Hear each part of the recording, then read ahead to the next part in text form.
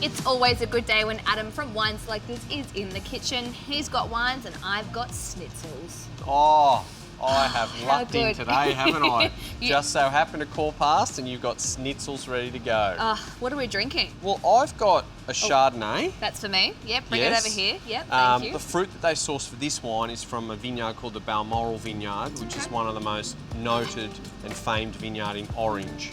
Fantastic. Also, Yes. because you've got mushrooms, Mm-hmm. I've gone something a little different. I've got a Cabernet Franc Okay.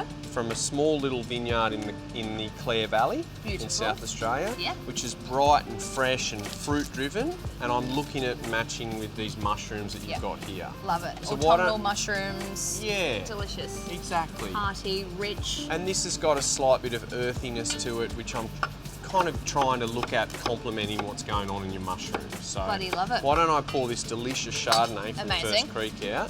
With my schnitzels, I'm a pretty basic kind of gal. Okay. I like a good Rosella tomato sauce. On the side, I just feel like, that with some chippies, it's just the best. Yeah, look, My I- husband loves mushroom sauce though, so I thought that's what I should do.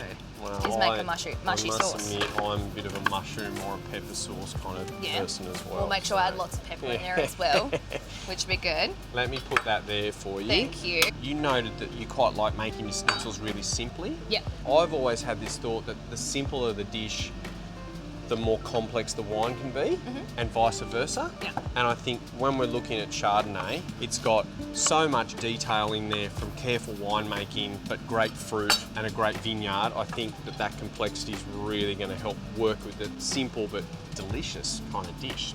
So mushies, Yep. you've got different types here obviously, and Yep. here at John's place, I had a quick look at his selection of mushrooms. It's mind-blowing. Yeah. So is there any rhyme or rule what you're doing here with these? Absolutely not. You know me. I just like whatever's best, I'll buy. Yep. So I've just got some small butter mushrooms and then some portobellos or Swiss browns. Okay. I feel like you're going to get so much flavour from whatever mushroom you use. Yeah. But for me, I think if we're going to go classic, we should go a classic mushroom. Yeah, A okay. mushroom that everyone can get all year round. Perfect. And I just think there's nothing better than a good Swiss brown and Yep. a button. Okay.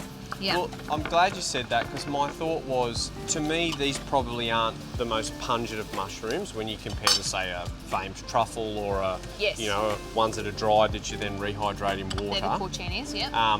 So there's a subtleness and a sweetness to these kind of mushrooms, and I think that's what I've tried to pull with this wine as well. Yep.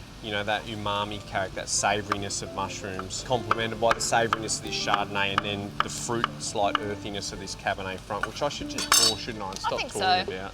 Yeah, more wine. More wine. This one, Laura, is, as I said, from a single vineyard in the Clare Valley called Gertie Wines. Gertie. 100% Cabernet Franc. Very hard to find because there's not a lot of it made. I was going to say, I've never heard of it, and I like drinking my South Australian wines. Yeah, I think this is one you'll have on your radar once you enjoy a Once glass I enjoy of it. this.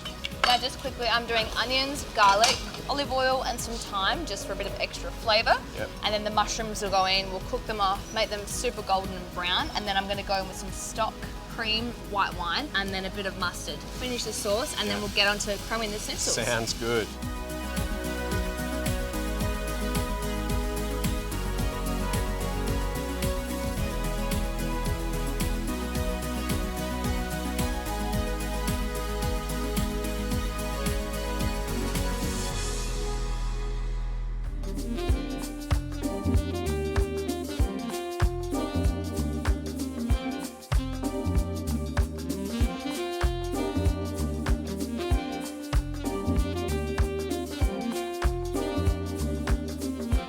Hey, you forgot your mustard too. That was my job, wasn't it? I always forget the mustard. You know what? I'll find a way to incorporate it into this dish, I promise. All right, so I'm going to fry these schnitzels. We're going to go olive oil and butter just because we feel indulgent today, we'll say. Other than being indulgent, is there any rhyme and reason for doing butter and olive oil? No, definitely No? not. I feel, you can deep fry them, you can shallow Yeah. fry them, so I feel like a shallow fry for this is probably good. All right, so we're going to let this warm up. Yep. So mushroom sauce is done. Do you know what Yeah. we're going to do? We're going to add a bit of mustard into this. Okay. Just to make you happy, all right? Just so you're going to tell me I forgot, I just did my one job. Just to freshen it Oh, up. do you mind if I Please, taste it? go for it. Yeah, that's good. Good? Yeah. So all that earthiness in that mushrooms kind of come out, but there's creaminess, there's sweetness from the cream too. It's delicious. All right, I'm going to go in with my first schnitzel. Now, I've got 3. I reckon we'll just cook 1 for now. And we'll Yep. save the Yes. rest for later. Yeah, absolutely. All right, so 1 for everyone else Straight and then in 1 we each go. for you and I. now you don't have to use breast. You can use thigh, you can use tenderloins, you could do a beautiful pork chop and flatten it out. Yeah, okay. There are Yeah. endless options, but you know, chicken snitty, mushroom sauce, how can you go wrong? Traditional and amazing for a reason, right? Exactly, exactly. Now let's talk these wines while we wait for the schnitzel to do its thing. Part of what we love to do at Wine Selectors is spend a lot of time trialling different recipes and different wines to come up with guides Yep. for people at home to, have food and wine fusion in their own home. Yep. Okay, so I did a lot of trial and error, which was very hard when you sent me the recipe for this dish, and I came out with Chardonnay and Cabernet Franc. However, I know you're all about throwing the rule book out, I am. right? And so am I. And all they should be is just form a little guide, but also an encouragement for people at home to experiment. The tasting notes are there to inspire you, Yeah. rather than just Yeah. be a dead set black and white guide. It's like any recipe. Yeah. You got a guide, you can go a bit left, add some mustard in if you want, don't add the mustard. Add some mustard. You know? Exactly.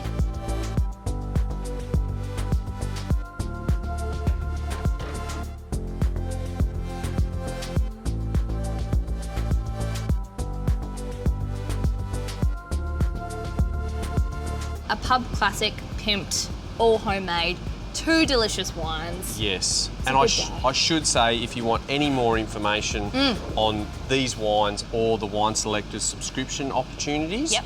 wineselectors.com.au, that's your place to go, that's your oracle, and all the lessons in terms of elevating, comparing and contrasting when it comes to food matching. Thank you so much. Thank you. I'm really going to It's enjoy always a good this. day when there's a Cheers. Chardonnay. Cheers.